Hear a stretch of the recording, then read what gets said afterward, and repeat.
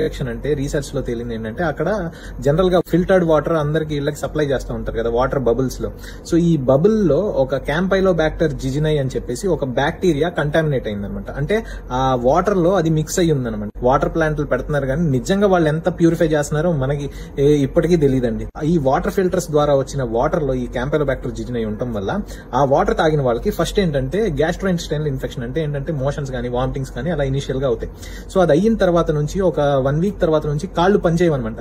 So నడవలేరు, నుంచోలేరు, bed ridden అయిపోతారు. తర్వాత paralysis అంతా బాడీ మొత్తం స్ప్రెడ్ అయిపోయి సో ఊపిరితిత్తులకి ఎఫెక్ట్ అయిందనుక కనుక ప్రాణం పోయే ప్రమాదం కూడా ఉంటుందన్నమాట. సో ఈ గులియన్ బ్యారే సిండ్రోమ్ అసలు ఎందుకు వస్తుందంటే జనరల్ గా ఈ క్యాంపైలోబాక్టర్ జిజినై అనే బ్యాక్టీరియా మన బాడీలోకి వెళ్లిన తర్వాత మన ఇమ్యూన్ సిస్టమ్ దాన్ని ఫైట్ చేయడానికి ఈ తెల్ల రక్త కణాలని ఇవన్నీ పంపిస్తుంది అనమాట. సో ఈ తెల్ల రక్త కణాలు ఈ క్యాంపైలోబాక్టర్ జిజినైని చంపే క్రమంలో మన సొంత నరాల్ని కూడా డ్యామేజ్ చేస్తాయి. ఎందుకు